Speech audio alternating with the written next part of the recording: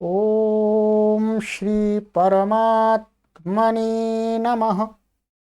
ओम श्री गुरुभ्यो नमः। ओम श्री ऋषिभ्यो नमः। ओम सहना भवतु सहनौ भुनक्तु सह वीर्यं करवावहै तेजस्विनावधीतमस्तु मा विद्विषावहै। ओम शांति शांति शांति। सर्वेभ्यो नमः। देववाणी संस्कृतम यूट्यूब चैनल में आप सभी संस्कृत प्रेमियों का हार्दिक अभिनंदन है। मित्रों,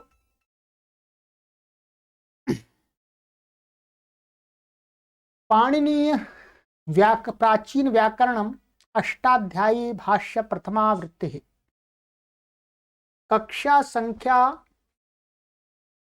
2 को पढ़ेंगे। ठीक है,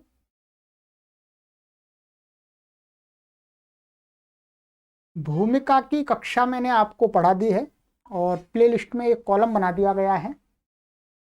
अष्टाध्यायी भाष्य प्रथमावृत्ति ही प्रथमोध्याय इस नाम से बनाया है।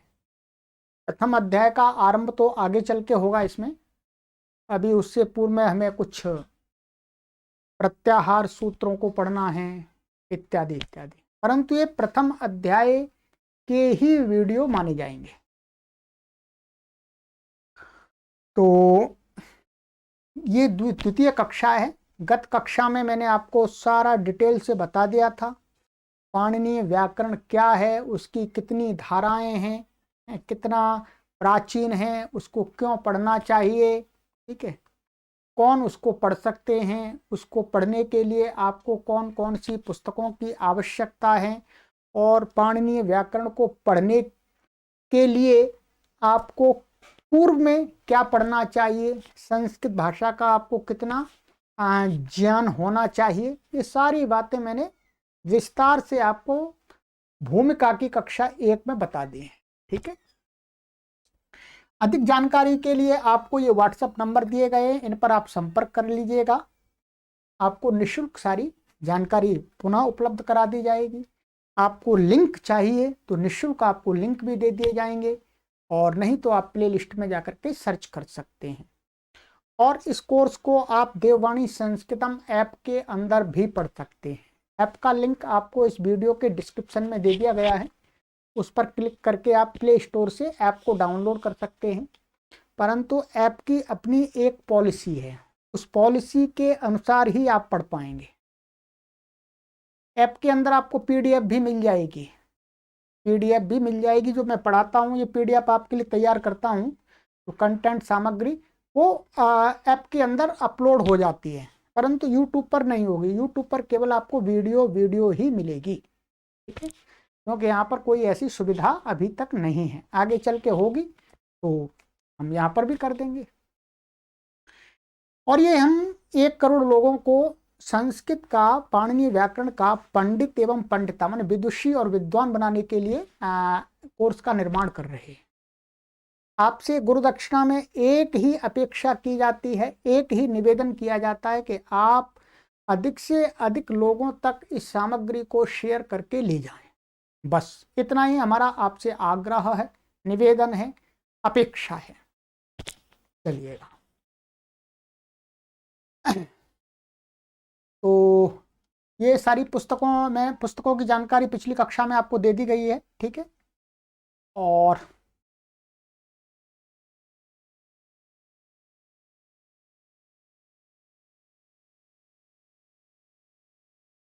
ये और ध्यान रखेंगे, इस कक्षा में पिछली कक्षा में वो जानकारी मैं नहीं दे पाया था।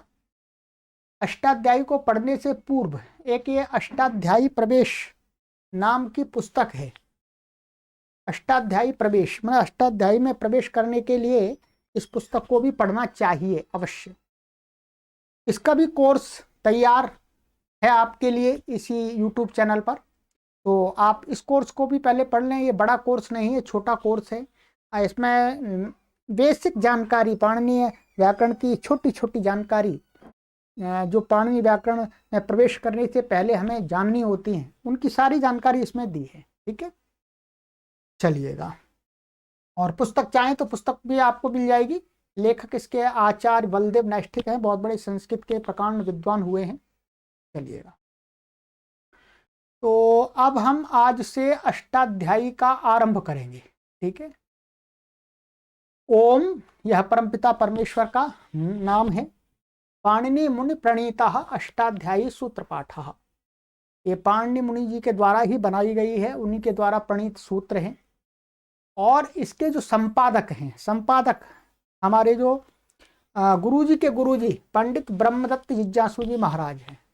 अर्थात हजारों सारों वर्षों से इस प्राचीन व्याकरण की जो परंपरा समाप्त हो गई थी, उस परंपरा का उद्धार करने वाले,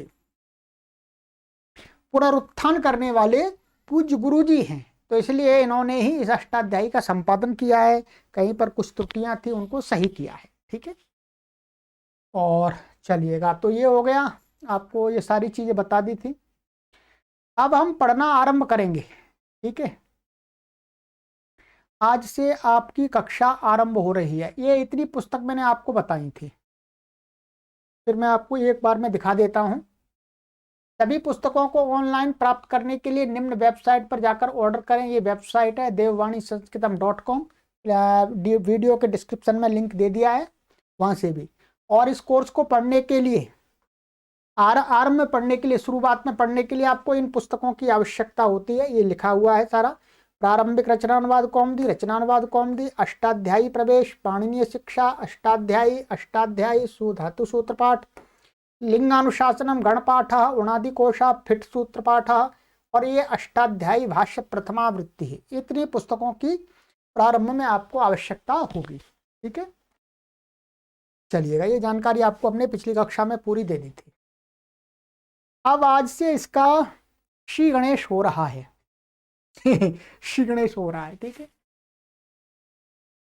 चलिए, ये बहुत लंबी कक्षा चलेगी, ध्यान रखेंगे। धैर्यपूर्वक पढ़ने से ही आपको लाभ मिलेगा पूरा। यहाँ पर अष्टाध्यायी है, जो कि हम आपको दिखाते रहते हैं। ये अष्टाध्यायी मूल पाठ है। ठीक है,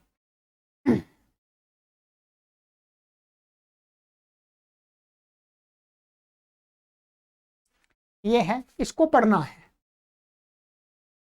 तो अष्टाध्यायी में ओम लिखा हुआ है, और ये गायत्री मंत्र का उच्चारण किया गया है। इसको भी एक बार हम सभी मिलकर के उच्चारण कर लें।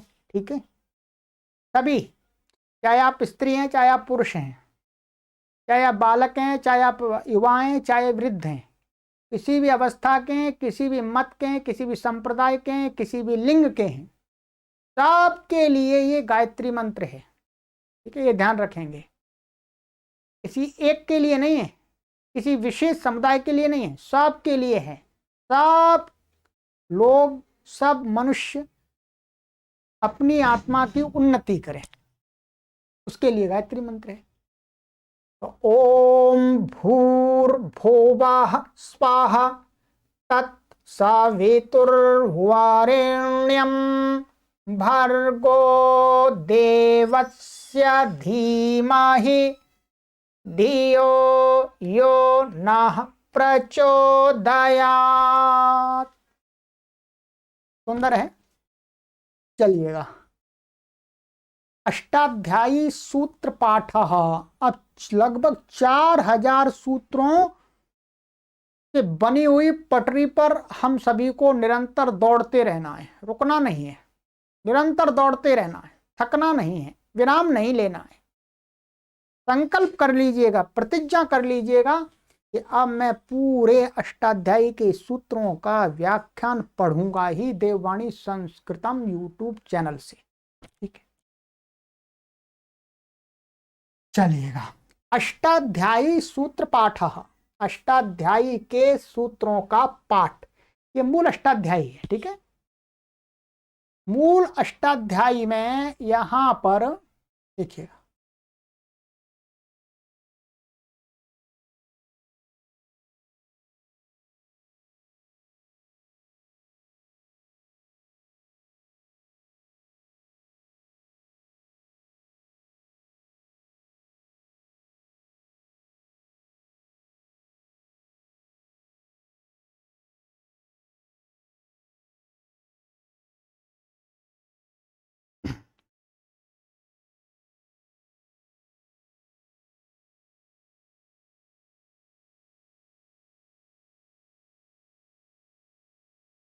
चलिएगा। अब अष्टाध्यायी के सूत्रों का पाठ आपको हमने उच्चारण दे दिया है, सीरीज बना दी गई है, उसमें आप उच्चारण कीजिएगा, सीखिएगा, इनको स्मरण कीजिएगा सूत्रों को, ठीक है। अथ शब्दानुशासनम,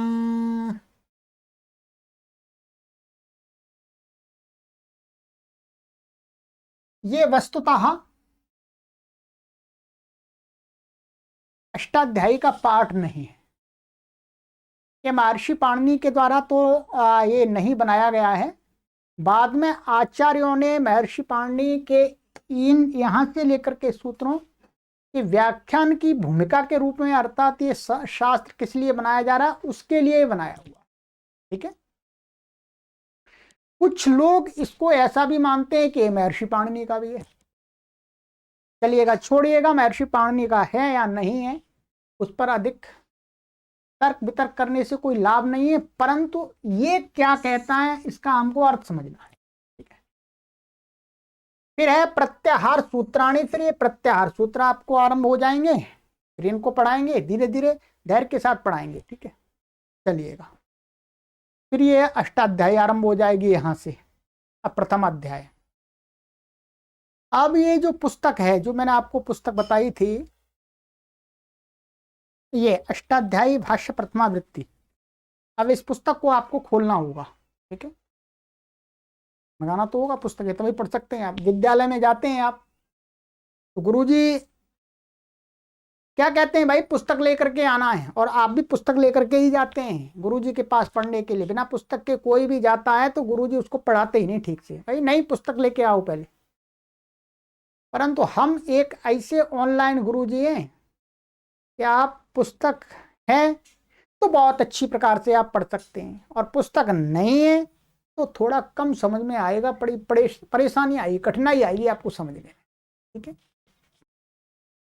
चलिएगा, यहां पर गुरुजी ने आरंभ किया है अष्टाध्यायी भाष्य प्रथमावृत्ति ही, को देख लीजिएगा क्या है।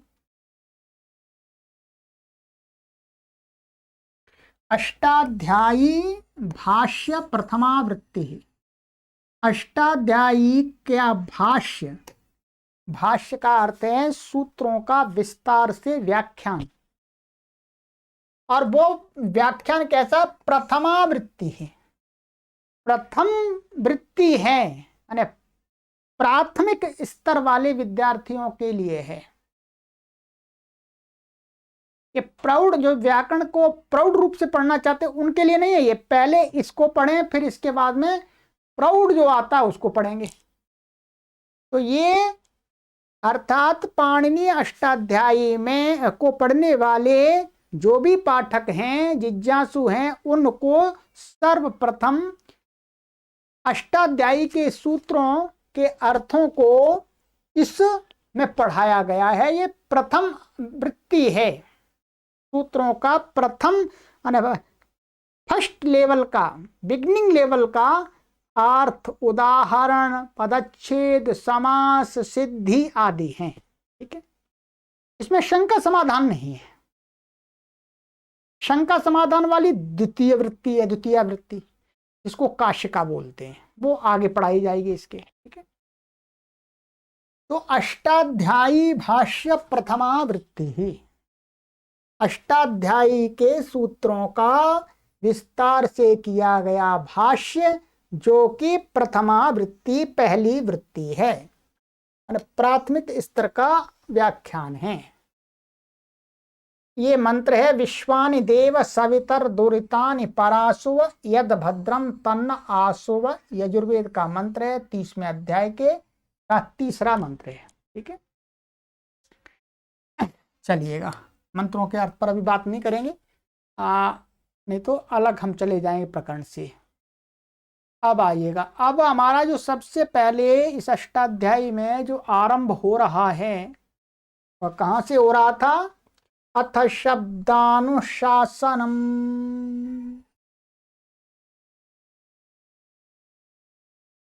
इसका आइएगा पदच्छेद आदि देखते हैं। गुरुजी ने बताया यहां पर अथ अव्यय पदम शब्दानुशासनम प्रथमा विभक्ति एक वचनांत। अब क्या होगा, अब हम सूत्रों को पढ़ेंगे तो सबसे पहले हमें क्या देखना होगा? सूत्र है हमारे सामने, मानिएगा ये भी सूत्र है एक तरह से। तो सूत्र को सबसे पहले तो हमें उस सूत्र के पदों का उच्छेद करना है, और पदों को तोड़ना है। कितने कितने कौन कौन से पद हैं ये देखना है, ये पहचानना है। फिर उन पदों के अंदर कोई समास है, उस समास देखेंगे। समास तो आपको पता ही है, तभी आप पढ़ सकते हैं। समास देखेंगे, समास से उस पद का सही अर्थ हमको ज्ञान होगा। ठीक है, फिर आगे उसके देखेंगे। इसमें ये तो अभी प्रथम ही है, शुरुआती है। आगे सूत्रों में इस प्रकार से देखते जाएंगे उसमें कि ऊपर से कौन से सूत्र से कौन सा पद अनुवर्तन हो रहा है, अनुवृत्ति आदि आपको बाद में बताएंगे धीरे धीरे। ठीक है, तो सबसे पहले किसी अष्टाध्यायी के सूत्र को पढ़ने के लिए हमें क्या करना चाहिए? उसको तोड़ना चाहिए, उसके पदों को अलग अलग करना चाहिए कि भाई इसमें ये देखते हैं कि इसमें कितने पद हैं। फिर पदों को देखने के बाद फिर देखेंगे किसी पद में कोई समास तो नहीं है, कोई समस्त पद तो नहीं है। समस्त पद है तो फिर उसमें समास करेंगे कि कौन सा समास है। ठीक है, ये दो चीजें हमें हर सूत्र पर देखनी होंगी। ठीक है, अभी चलिएगा। तो ये तो इसके अंदर हमने देख लिया कि अथ एक पद है और ये क्या है? अव्यय है। इसके रूप नहीं चलते, इसके रूप नहीं होते हैं। ये अव्यय तो आप सभी जानते हैं, तत्र ततः यतः यत्र कुत्र, ये अव्यय इनके रूप नहीं चलते। वैसे आथा एक अव्यय है। और शब्दानुशासनम ये प्रथमा विभक्ति एक वचनांत है। जैसे गृहम बनता है नपुंसकलिंग में, नपुंसकलिंग एक वचन। अब देखिएगा इसमें तो कोई समास है नहीं, आपको दिख रहा है आथा, ये तो एक ही दिख रहा है। और समास के लिए दो तीन इकट्ठे शब्द चाहिए। शब्दानुशासन में इसमें कोई क्या समास है? देखने पर ज्ञात होता है कि हाँ यहां पर समास है। ये जुड़ करके बना हुआ है, दो शब्दों से जुड़ करके बना हुआ शब्द है। तो आइएगा क्या है ये गुरुजी हमें बताएंगे कि भाई ये जुड़ करके ऐसे बना है। समास, अब समास देखते हैं। समास क्या है इसमें? समास के लिए यह कह रहे हैं शब्दानाम अनुशासनम, शब्दानुशासनम षष्ठी तत्पुरुष समासः। ठीक है,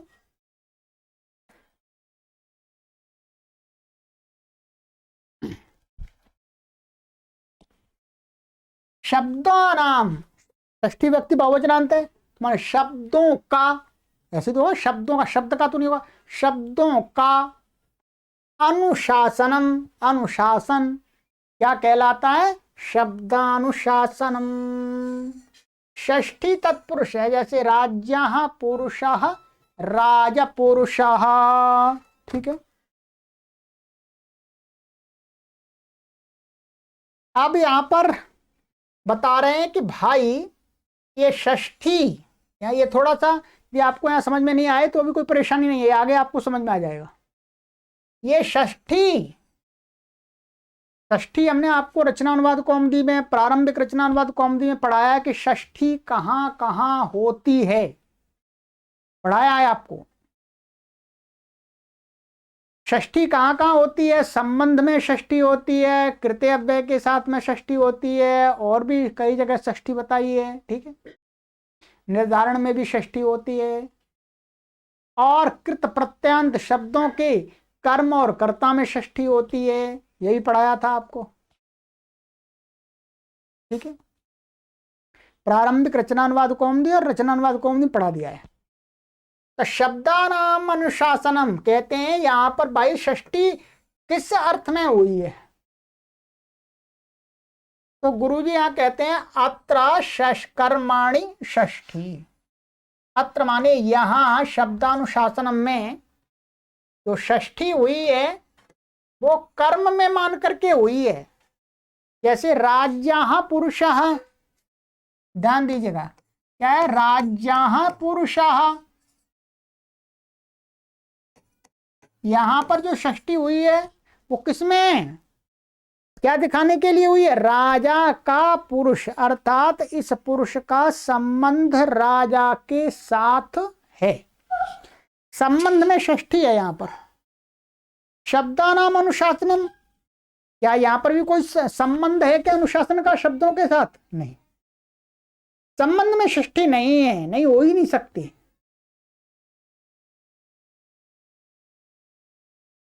कहते हैं तो षष्ठी किसमें? तो कहते हैं षष्ठी कर्म में भी होती है। अत्र कर्मणि, ये कर्म है, किसका कर्म है? अनुशासन, ये अनुपूर्वक शास धातु से बना हुआ शब्द है। तो अनुपूर्वक शास धातु का जो अर्थ है, जो अनुपूर्वक शास धातु जो क्रिया है, उसका ये कर्म है शब्द, इसलिए इस कर्म में षष्ठी है। बताया था आपको, कृत प्रत्ययांत शब्दों के कर्ता और कर्म में षष्ठी होती है। यहां पर क्या है? ये जो अनुशासन शब्द है ये कैसा है? कृत प्रत्यांत है। ये क्या प्रत्यय है? उसमें बताया था ल्युट प्रत्यांत है। ये ल्युट प्रत्यय कैसा है? कृत।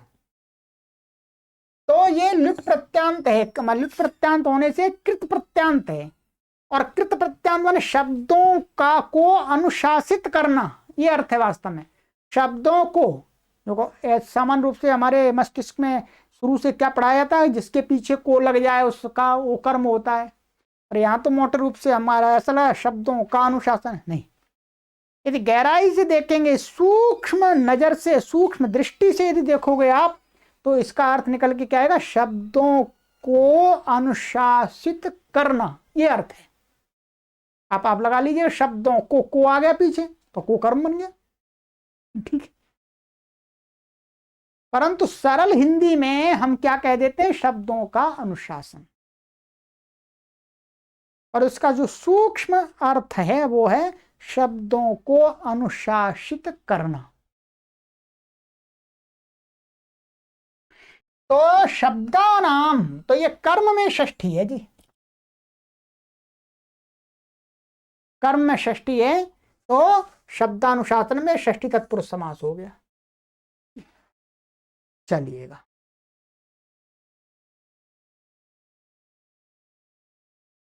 अब यहां पर ये जो षष्ठी है, आप दूसरे अध्याय को पढ़ेंगे तब, अभी नहीं। दूसरे अध्याय को पढ़ेंगे तब आपको एक शंका उठेगी इस यहां पर, जब वहां पहुंचेंगे तब। अभी शंका नहीं उठेगी, ठीक है। अभी शंका आपको उठानी भी नहीं है, ध्यान रखेंगे। अभी आपको शंका नहीं उठानी, शंका अभी मैं उठाऊंगा और मैं ही उसका समाधान करूंगा, ध्यान रखेंगे। शंका आपको कब उठानी है? जब आप अष्टाध्यायी भाष्य की कम से कम एक अध्याय पढ़ लें, एक अध्याय, उसके बाद आप शंका उठाना आरंभ कीजिएगा। तब आपको अपनी शंका उठाना का ज्ञान सही हो पाएगा कि शंका वास्तव में शंका है कि नहीं है। अभी आप शंका उठाएंगे तो आपको कुछ भी समझ में नहीं आएगा। शंका अभी नहीं उठानी है, प्रारंभ में आपसे निवेदन कर रहा हूं। अब आप कहेंगे गुरुजी कह रहे हैं ये कैसे पढ़ाएंगे, नहीं, हम आपको शंका उठाने के लिए भी प्रारंभ में मना कर रहे हैं, निषेध कर रहे हैं, परंतु आपको आगे उठानी है। अभी आप शंका उठाने लगेंगे तो आप कुछ भी नहीं समझ सकते, ये सिद्धांत है। अभी पहले कुछ इकट्ठा कर लीजिएगा, कुछ ज्ञान इकट्ठा कर लीजिएगा, फिर आप शंका उठाएंगे तो आपको उसका समाधान भी समझ में आएगा। और यदि अभी आपके पास कुछ ज्ञान ही नहीं है और आप शंका उठाने लगेंगे तो उसका समाधान भी आपको समझ में नहीं आना। ठीक है, इसलिए मैं अभी शंका उठाऊंगा और मैं ही उसका समाधान करूंगा, और आपको अभी समझ में नहीं आएगा, परंतु यही शंका का समाधान आपको समझ में आएगा जब आप दूसरा अध्याय पढ़ेंगे तब। ठीक है, ध्यान कर लीजिएगा। यहां पर एक शंका उठती है कि भाई यहां पर शब्दानाम अनुशासनम, ये कर्म में षष्ठी है, तो यहां पर एक अष्टाध्याय में आगे दूसरे अध्याय में एक सूत्र आएगा कर्माणि च। अभी तो आपको सूत्र नहीं पता है, पर मैं फिर भी बता रहा हूं आपको, बस सुनना है, आपको केवल श्रवण करना है। ये संख्या भी बता देता हूं मैं आपको।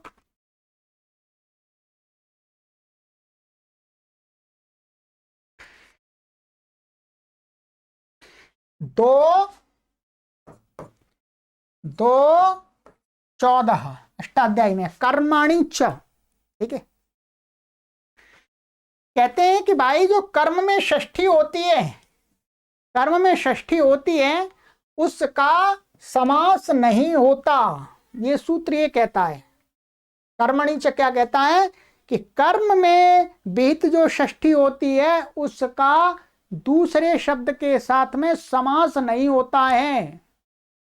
तो फिर ये समास कैसे हुआ,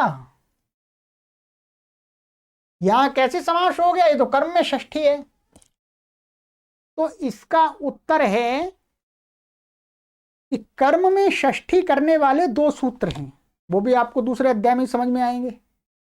कर्म में षष्ठी करने वाले दो सूत्र हैं, ये दूसरे अध्याय के तीसरे पाद में है। एक सूत्र है कर्तृकर्मणोः कृति, और दूसरा सूत्र है उभय प्राप्तौ कर्मणि। बस सुन लीजिएगा, केवल मैं लिख भी देता हूं आपको। क्या है, कर्तृकर्मणोः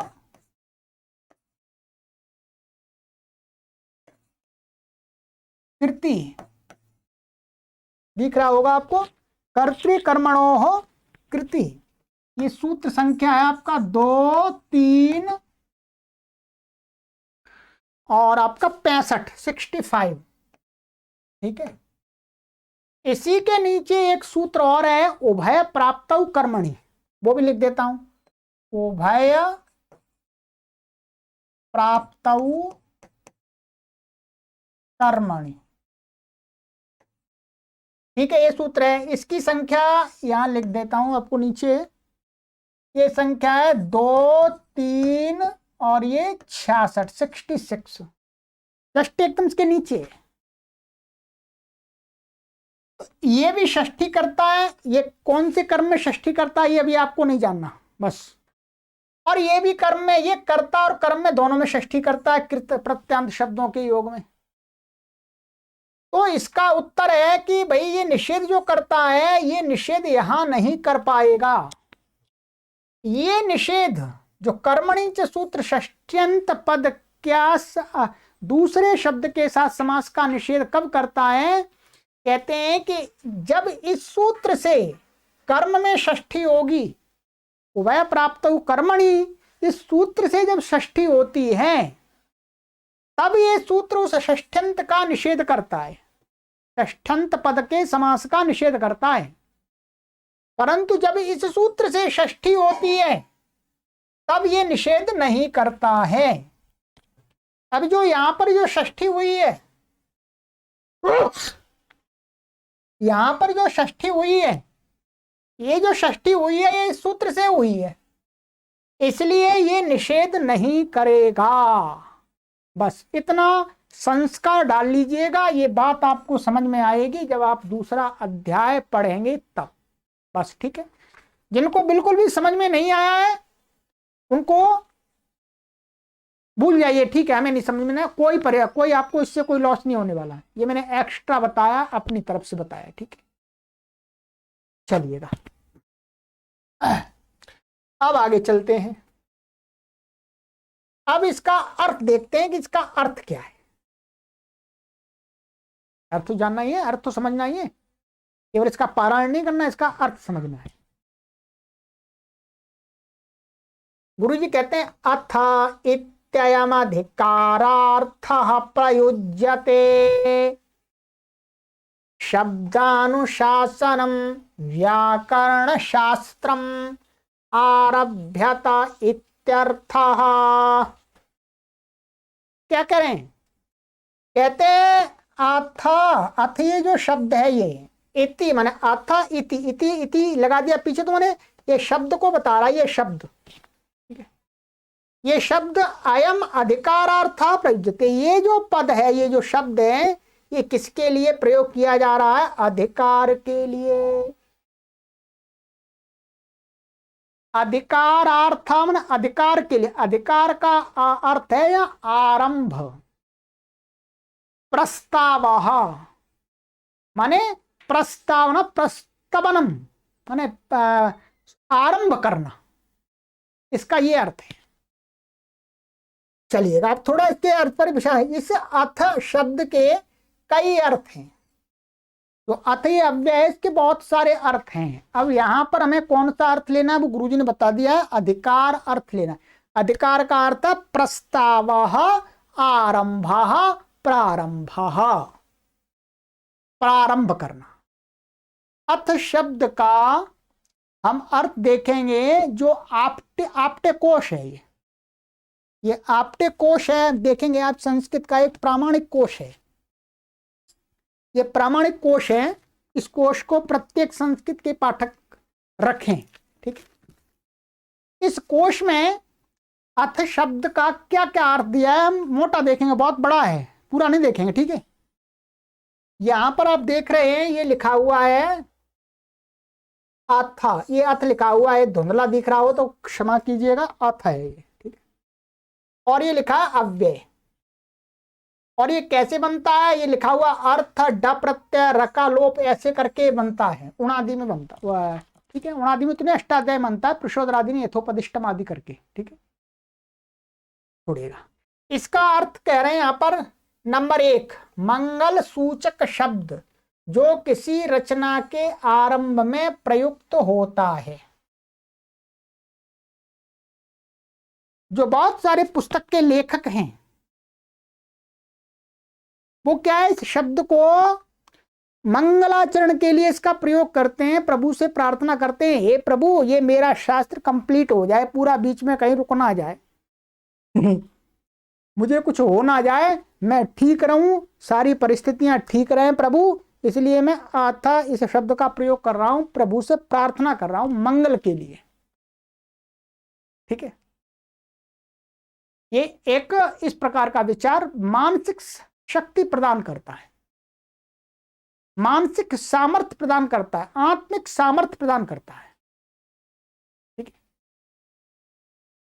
जो प्रार्थनाएं होती हैं वो हमारे अंदर ऊर्जा का संचार करती हैं। प्रार्थना को मोटा नहीं बना देती, परंतु प्रार्थना हमारे अंदर से एक ऐसी मोटिवेशन पैदा कर देती है कि हमारा जो कार्य करने का सामर्थ्य है वो कई गुना बढ़ जाता है, कई गुना बढ़ जाता है, ठीक है। हम सकारात्मक दृष्टि से देखने लगते हैं प्रार्थना करते हुए। तो लोग प्रार्थना नहीं करते हो, वो सकारात्मक भी देखते हैं, नकारात्मक भी देखते हैं। तो कह रहे हैं ये होता है, और जिसका अनुवाद यहां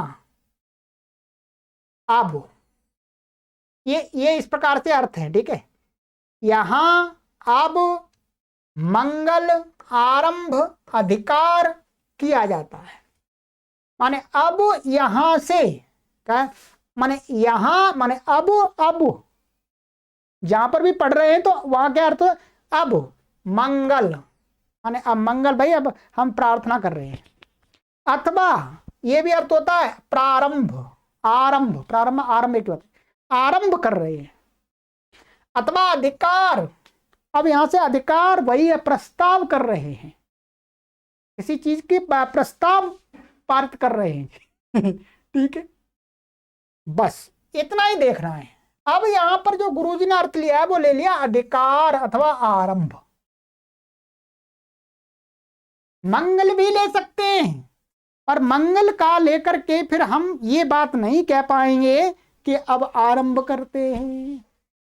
ठीक है, तो इसलिए सीधा सीधा यहाँ पर अधिकार अर्थ ले लिया, गुरुजी ने वो अर्थ कर दिया। बाकी इसमें और भी दिया हुआ है, प्रमाण दिए हैं कहाँ कहाँ शब्द का प्रयोग हो रहा है। ठीक है, ईश्वर के लिए भी शब्द का प्रयोग किया गया है शास्त्रों में, वो दिखाया है, नीचे आप विस्तार से पढ़ लीजिएगा अपने कोश में। तो ये कोश के आधार पर गुरुजी ने यहाँ पर ये अर्थ किया है कि अथ इत्ययम अधिकारार्थ प्रयुज्यते। अब इसका अर्थ क्या हुआ, अथ माने यहां से अधिकार आरंभ होता है।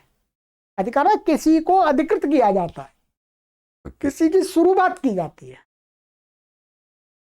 कहते हैं किसका शुरुआत की जाती है, शब्दानुशासनम। शब्दानुशासनम का अर्थ क्या है, व्याकरण शास्त्रम। शब्दों का अनुशासन करने वाला, शब्दों का अनुशासन ही व्याकरण शास्त्र है। व्याकरण शास्त्र का दूसरा नाम हम शब्दानुशासनम, क्योंकि व्याकरण शास्त्र है क्या, शब्दों का अनुशासन, शब्दों को व्यवस्थित करना, शब्दों के विकृत रूप को हटा करके सुकृत रूप में स्थापित करना, यही व्याकरण शास्त्र का कार्य होता है। इसलिए शब्दानुशासनम नाम व्याकरण शास्त्रम।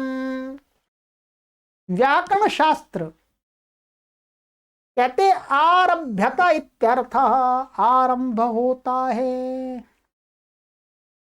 ये मैंने आपको पिछली कक्षा में बता दिया था कि व्याकरण क्या है। लक्ष्य लक्षणम व्याकरणम। लक्ष्य और लक्षण, लक्ष्य माने उदाहरण और लक्षण माने सूत्र, ये दो मिलाकर के ही व्याकरण है। बस वही कह रहे, अर्थात इस शास्त्र में क्या है, सूत्र है, उन सूत्रों से शब्दों में लक्ष्य को ठीक किया जाएगा, ठीक बताया जाएगा। इस शब्द का ये अर्थ है, इस शब्द में इतने वर्ण हैं, इतने स्वर, ये इस क्रम में है, ये सारी चीजें बताई जाएंगी। ये इस धातु से बना हुआ है, इसमें ये प्रत्यय, इसमें ये आगम है। ठीक है जी, तो क्या हुआ, अथा इत्ययम अधिकारार्थ प्रयुज्यते। ये शब्द क्या है, अथ, अथ का अर्थ है अब आरंभ करते हैं, अधिकार आरंभ करते हैं किसका, व्याकरण शास्त्र। शब्दानुशासनम व्याकरण शास्त्र का, इत आरभ्यते, व्याकरण शास्त्र आरंभ होता है। व्याकरण माने शब्द और सूत्र, माने उदाहरण और जो शब्दों की सिद्धियां और सूत्र, सूत्रों के माध्यम से शब्दों को हम सिद्ध करेंगे, बस इसका आरंभ होता है। अब आगे यही चलेगा। ठीक है, इस सूत्र में अथ शब्द अधिकार के लिए है। यहां से लौकिक लोक में प्रयुक्त तथा वैदिक वेद में प्रयुक्त शब्दों का अनुशासन उपदेश अर्थात व्याकरण का आरंभ करते हैं। यहां से व्याकरण शास्त्र का अधिकार चलता है, ऐसा समझना चाहिए। ठीक है जी, बस अभी आपको अधिक शंका नहीं उठानी, बस इतना ही अभी समझ लेना है। बाकी तो अब धीरे धीरे पढ़ेंगे क्रम से, क्योंकि हमारा एक लंबा अनुभव है, 25 से 30 वर्ष का हमें अनुभव है कि ये शास्त्र किस प्रकार से समझा जाता है। इसलिए हम आपको वैसा ही निवेदन करते हैं। और ऑनलाइन पढ़ाने का भी हमारा लगभग 5 वर्ष का अनुभव है ऑनलाइन। तो ऑनलाइन हम अपने पाठकों को किस प्रकार से अच्छी प्रकार से समझा सकते हैं, उस तरीके को ही हम अपनाते हैं। ठीक है, चलिएगा, तो आज की कक्षा को यहीं विराम देंगे। फिर आगे की कक्षा में अब हम प्रारंभ करेंगे प्रत्याहार सूत्र। ठीक है, अब प्रत्याहार सूत्र अगली कक्षा में हमारे आरंभ हो जाएंगे। प्रत्याहार किसको कहते हैं, ये सब बातें अगली कक्षा में करेंगे, ठीक है। फिर देखेंगे अय उण, इनको प्रत्याहार को वर्तमान समय में माहेश्वर सूत्र के नाम से प्रसिद्ध किया गया है, परंतु सारी हिस्ट्री इसकी, इतिहास मैंने आपको पिछली कक्षा में बता दिया है। जो सत्य सत्य इतिहास है, सत्य को हर व्यक्ति को स्वीकार कर लेना चाहिए। सत्य के स्वीकार में ही हमारी आत्मा की उन्नति है। किसी भी रूढ़िवादिता को अपने अंदर नहीं रखना है। हम अपने अंदर किसी भी प्रकार की रूढ़िवादिता को नहीं रखते हैं। हम ये भी नहीं रखते हैं कि भाई हम जो जानते हैं, हमने जो पढ़ा है वही सही है। नहीं, कोई व्यक्ति हमें तर्क देता है, कहता है भाई ऐसा नहीं है, वास्तव में आपने गलत पढ़ लिया है, गलत सुन लिया है, तो हम सहर्ष स्वीकार कर लेते हैं और अपने उस गलत मत को छोड़ देते हैं। हमें बिल्कुल भी उसमें हिचक नहीं होती है। क्यों? क्योंकि हमें अपनी आत्मा की उन्नति करनी है। हमें हठी दुराग्रही नहीं बनना है। हठी दुराग्रही रूढ़िवादी बनने से किसका नुकसान होगा, किसकी हानि होगी? मेरी होगी सबसे पहले। इसलिए जो भी हठी और दुराग्रही और रूढ़िवादी बनते हैं, वो सबसे पहले अपनी हानि करते हैं, अपने ज्ञान की हानि करते हैं, अपने आत्मा की हानि करते हैं। ध्यान कर लें, ठीक है। कोई भी व्यक्ति अपनी हानि नहीं करना चाहता वास्तव में। तो हमारा भी आपसे निवेदन है, आपको एकदम ओपन माइंड से सोचना, सब कुछ एकदम विस्तार से सोचना है। एक तरीके से नहीं, आपको सैकड़ों तरीके से सोचना है, विचार करना है कि ऐसा कैसे हो सकता है, ऐसे हो सकता है, ऐसे हो सकता है। चलिएगा, आगे की कक्षा में मिलते हैं। सर्वेभ्यो नमः।